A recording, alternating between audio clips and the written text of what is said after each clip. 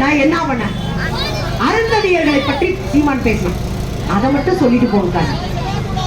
எவ்வளவு திமிரு அவளுக்கு. இல்ல நான் கேட்கிறேங்க, தமிழ்நாட்டினுடைய பூர்வ குடி மக்கள் அருந்ததியர்கள், தமிழ்நாட்டுடைய மக்கள், நீ யாரைய வந்தேன்னு சொல்றதுக்கு? அவன் சொல்றான், மலம் அள்ளுவதற்காக நாங்க கூட்டிட்டு வந்த வெளியூர்ல இருந்து வந்தவங்க தான் இந்த அருந்ததியர்கள். எவ்வளவு கொழுப்பு! அருந்ததியர்கள் என் இனத்தினுடைய மூத்த குடிகள், என் தமிழ்நாட்டினுடைய அடையாளம். நீ யாரா பேசுறதுக்கு? யார் பேசுறதுக்கு? இன்னொரு பக்கம் சொல்றான், பெரியாரு இஸ்லாமியர்களை இழிவுபடுத்திட்டாராம்.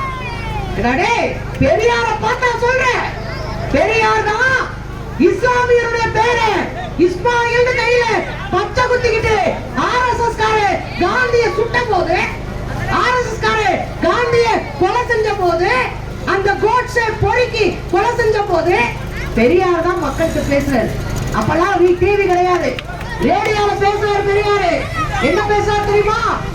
மக்களே அமைதியாக இருங்க, காந்திய கொன்றது இஸ்லாமியர்கள் இல்லை, ஆர்எஸ்எஸ் காரன் பொய்ய பரப்புறான், அதை நம்பாதீங்க, இஸ்லாமியர்கள் நம் இனத்தவர்கள், நம்ம பங்காளிங்க, அவங்க பண்ணல நம்புங்கன்னு பேசி கலவரத்தை தடுத்து நிறுத்தினவரு பெரியார். அவர் இஸ்லாமியருக்கு எதிரானவர்.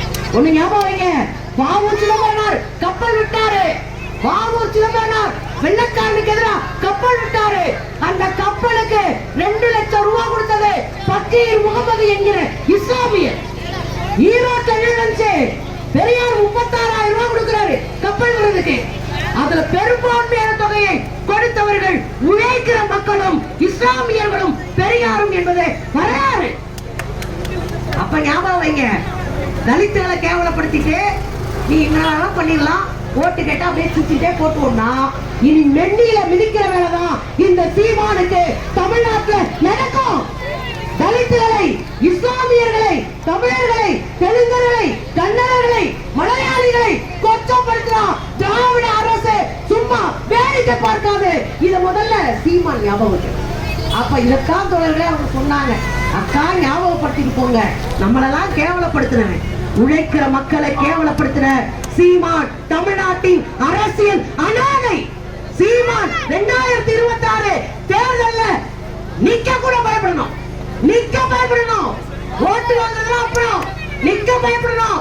சீமான் ஓட்டு பெட்டிய திறந்தா ஓட்டே இருக்கக்கூடாது, அப்பதான் சீமான் போன்றது வாய் அடக்குவான். அப்ப மொத்த ஓட்டு கூட போகக்கூடாது. உங்களுக்கு ஒரே ஒரு வேண்டுகோள் தான், பக்கத்து வீட்டுல பேசுங்க, ஏத்த வீட்டுல பேசுங்க, பெண்கள் கூடி பேசுங்க. சீமான் என்பவன் ஒரு அயோக்கிய நாய், தமிழ்நாட்டை பிரிவினைவாதமாக மாற்றானே, பேசுங்க, அவனுக்கு ஓட்டு போட விடாம செய்யுங்க தோழர்களே. நன்றி, வணக்கம்.